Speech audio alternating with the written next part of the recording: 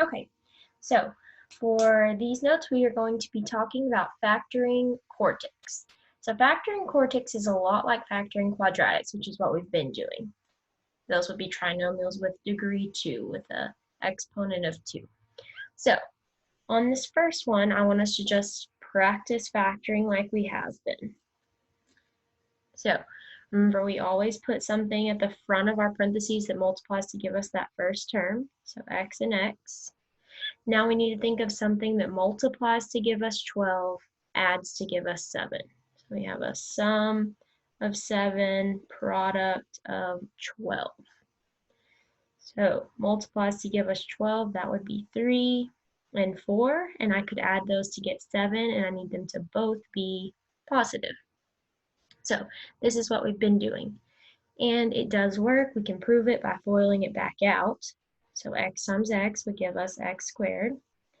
X times 4 would give us 4x. 3 times x would give us 3x. And 3 times 4 would give us 12. And then I can combine like terms here in the middle. So I really have x squared plus 7x plus 12, which if we look, that is exactly what we started with. Okay, so I want to show you how similar it is when we are factoring something that has an exponent of 4. So we start by making our two sets of parentheses, and we have to decide what to put here and here. So we need something that multiplies to give us x to the 4th. So just like we used x and x to get x squared, here, for this, we could use x squared and x squared. And everything else is the same. So my sum, my number in the middle, is 7. My product, the number on the end, is 12.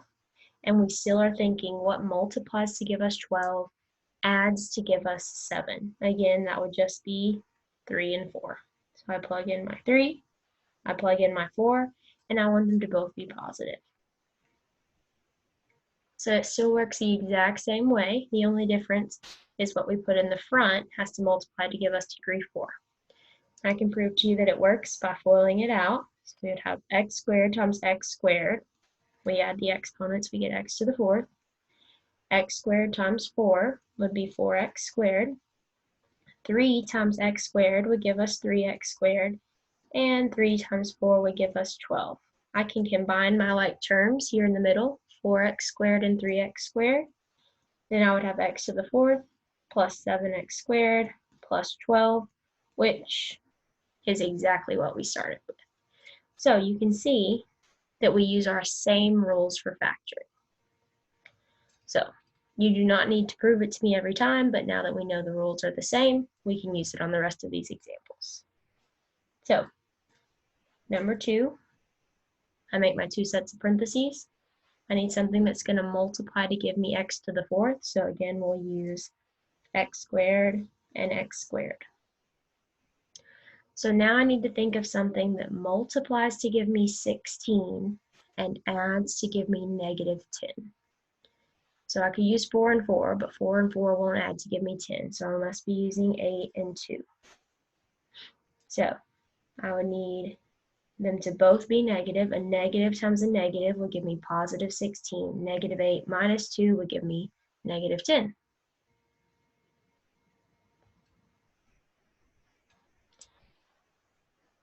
Okay.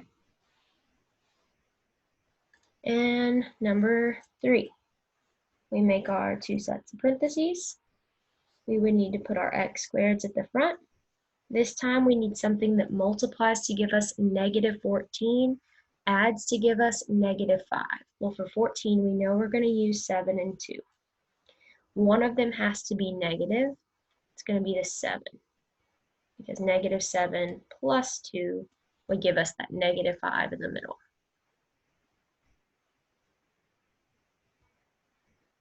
Okay, number 4. We split it into our two sets of parentheses. We started out with x squared and x squared in the front. We need something that multiplies to give us negative 16, but we're missing that middle term, so our sum must be 0, and our product is negative 16. So what multiplies to give me negative 16? 4 and negative 4. So I'm going to plug those in here because they would also add to give me 0. And what we should be noticing here is that this looks a lot like our notes from 11.4, which was difference of squares. Remember, if you have that minus sign in the middle, then we want to try and factor this, if possible, into our difference of squares. Remember, if it's a plus sign, not going to work. We talked about that on one of the examples on 11.4. So we can't do anything about the x squared plus 4. But we do want to see if we can factor this further. So remember, for a difference of squares, we need our parentheses to be exactly the same. One needs a plus sign in it, one needs a minus. So I plug in my x and x. We need to think of something that multiplies to give us negative 4. So I could use positive 2 and negative 2. Positive times a negative would give me negative 4. If I add them, I would get that 0 in the middle. So if you ever end up with something like this in your second set of parentheses, you always need to check to see if it will factor further. It won't always. So if you look back up here on number 2, we had something here and here that looks like a difference of squares. However, there is nothing that multiplies to give us 8 that's going to look the same. So the only thing that multiplies to give us 8 would be 2 and 4, and then our parentheses aren't the same. Same for negative 2. The only thing we could use is 2 and 1, and then our parentheses wouldn't be the same.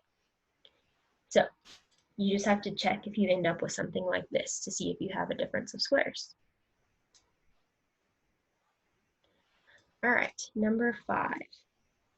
So we're going to make our 2 sets of parentheses, and we always put our x squared in the front. And we need something that multiplies to give us 7, adds to give us negative 8. So we could use 7 and 1 and make them both negative.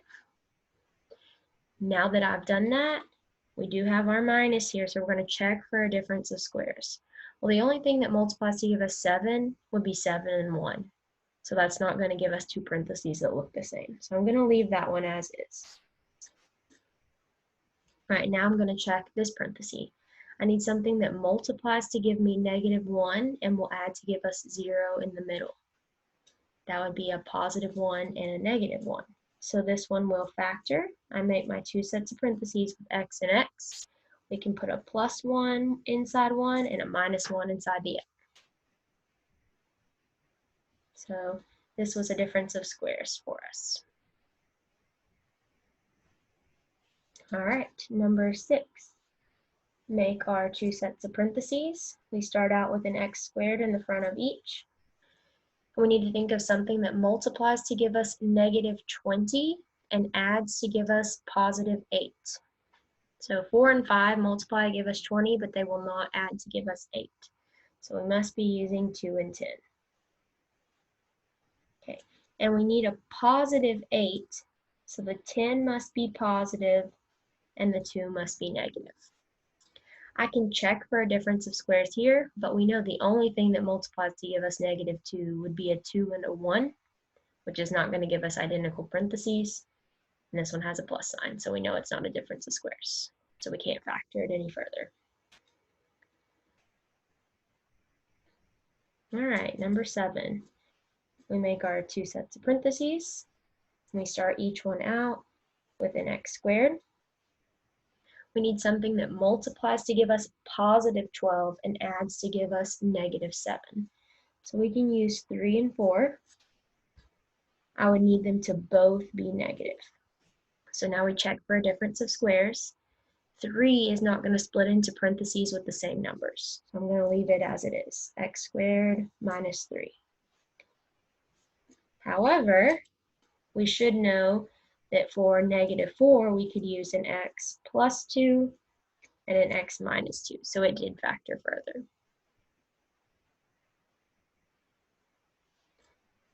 All right, number 8. We start our parentheses with x squared.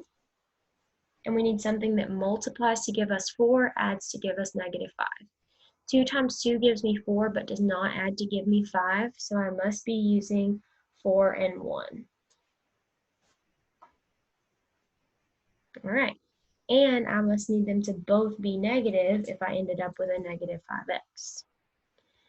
So we check to see if it splits further. It will, right? We can use an x plus 2 and an x minus 2.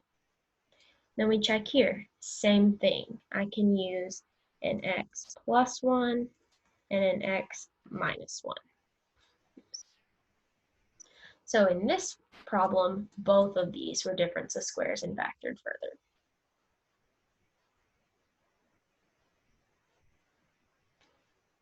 All right, number 9. So I am going to make my 2 sets of parentheses. We put in our x squareds. And we need something that multiplies to give us -1. So we can use a +1 and a -1. Remember, a plus sign can't factor any further, so I'm going to leave it just as it is, x squared plus 1. And we just use this one back on number 8 right here, so we know that it is a difference of squares. We can factor x squared minus 1 into x plus 1 and x minus 1. All right, last one. So here, we should notice that this does not start off with just an x to the 4th. We have a number here. So we're going to see if we can pull out a GCF. So we've got 4, -6, and 2. So I can actually pull a 2 out of all of those. I'm going to pull out my GCF of 2. We have GCF of 2.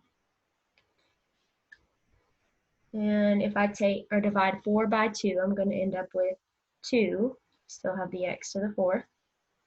If I divide -6 by 2, I'm going to have -3, and I still have the x squared.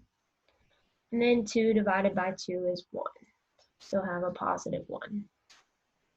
So my sum is -3, and my product is 1. But this should look familiar to us as well from 11.3 day 2. When this number is not a 1, like it has been on all of our other problems on this worksheet, we can't use the multiply to give us this, add to give us this rule, because there is only one thing that multiplies to give us 1, 1 and 1, and there's no way I can add 1 to get -3. So remember what we do, we go ahead and we make our 2 sets of parentheses, but at the beginning of our parentheses, we pick something that will multiply to give us 2x to the 4th. So in this case, we would use 2x squared and x squared. And we do still use our product to pick our other numbers. We know it has to be 1 and 1. And then to come up with that -3, remember we check the inner. 1 times x squared would give us 1x squared. And we check the outer. 2x squared times 1 would give us 2x squared. And we can make 1x squared and 2x squared give us -3x squared. In order for that to happen, we would need both of these to be negative. So I stick in my negative signs. And there we go. Now again, remember, we look for our difference of squares. This one's not going to work because when I try and split this into a parentheses, I'm going to have a 2x and an x. So that's already different. So I'm going to keep that part. Keep my GCF. Keep the 2x squared minus 1. However, we've seen this one a few times already. We know that this will factor into x plus 1 and x minus 1. So if you don't start off with just an x to the 4th, if there's a number in front here, look for a GCF. But even if it doesn't get rid of it like it didn't for us here, we just use our inner and outer rule like we did for quadratics on 11.3 day 2.